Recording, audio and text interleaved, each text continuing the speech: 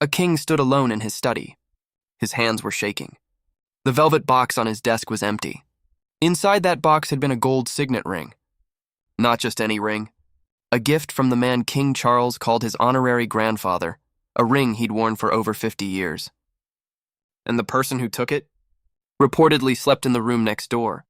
What happened inside Buckingham Palace over the following 72 hours would shatter a marriage decades in the making. And by the end, one of them would lose everything.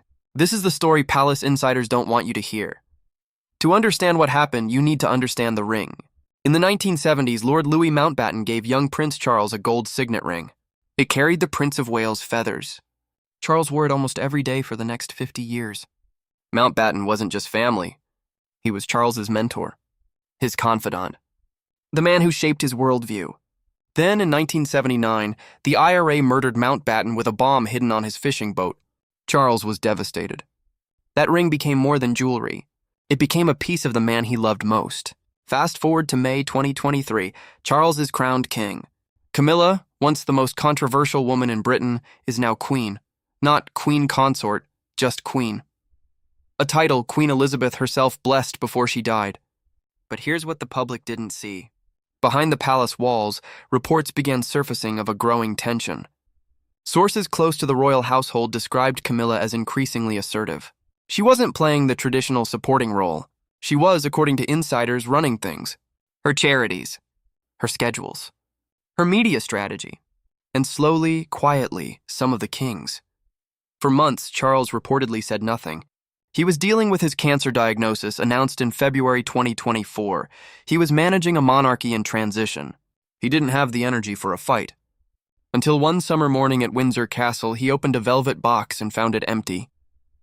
That's when everything changed. The morning started like any other. Staff moved quietly through the corridors. Tea was served. The king went to his dressing room.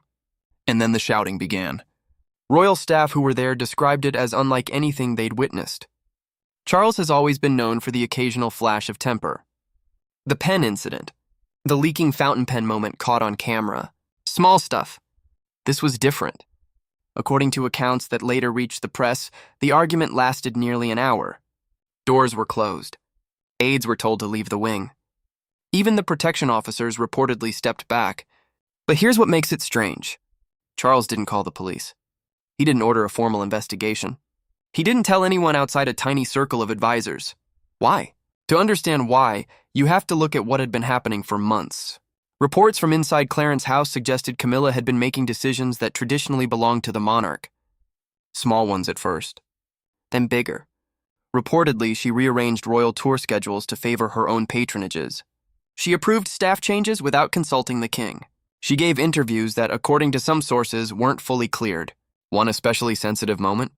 An interview that allegedly touched on the king's health. Something Charles had guarded fiercely since his diagnosis. You have to remember something. This isn't a normal marriage. This is a constitutional monarchy. The line between wife and queen isn't just personal, it's legal. It's political. And Camilla reportedly had begun to blur it. 3 days after the ring vanished, something happened that changed everything. A member of the household staff, someone who'd worked in the royal bedchambers for years, approached the king. What this person said would push the king from suspicion into certainty.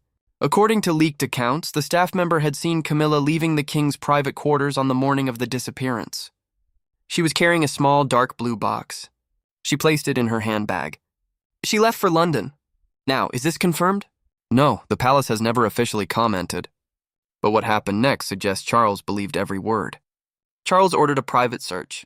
Not through Scotland Yard, not through official channels, just his most trusted aides quietly at night. They checked every drawer, every safe, every cabinet, nothing. No signs of forced entry. No broken locks. No missing security codes. Whoever took the ring didn't break in. They already had the key. And there were only a handful of people in the world who did. But what nobody expected was what happened when Charles finally confronted her face to face. Because Camilla's response wasn't denial. It wasn't tears. It wasn't apology. It was something far more shocking. We'll get to that in a moment. The confrontation didn't happen at Windsor. Charles moved it to Buckingham Palace, the seat of monarchical power. The message was intentional. According to accounts that later surfaced, Charles waited for her in his private study. When she arrived, he didn't greet her. He didn't sit down. He simply asked her one question. "Where is my ring?" Camilla reportedly didn't answer immediately. She didn't defend herself. She didn't deny it. Instead, she opened her handbag. She reached inside, and she placed the ring on the desk. No explanation, no apology. Just the ring sitting between them, catching the light. For Charles, this was worse than a denial he could argue with, a lie he could disprove. But this was an admission wrapped in defiance. Sources described the king's reaction as almost eerie. He didn't shout. He didn't cry. He simply stared at the ring, then at his wife, and said one thing. Whatever passed between them next has never been reported publicly. Only the outcome matters. Because within 48 hours, Charles had made a decision that would strip Camilla of nearly everything she'd built inside those palace walls. He called his legal team. He called his private secretary. He called the keeper of the privy purse, and he signed a document. According to palace whispers, that document reassigned control over key royal assets. Heritage properties, access to certain jewelry collections, discretionary funds Camilla had reportedly been managing. All of it went back under the king's direct control. She would keep her title. She would keep her gowns. She would keep her place beside him at state events.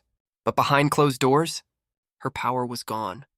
In one signature, Charles had done something no British monarch had done in modern memory.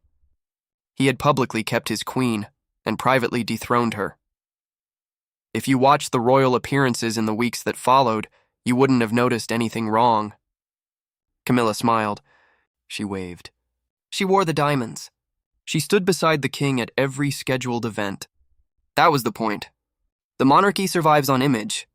And Charles, whatever his private feelings, understood that a public rupture would damage the crown far more than a private one. So they performed unity, because that's what monarchs do.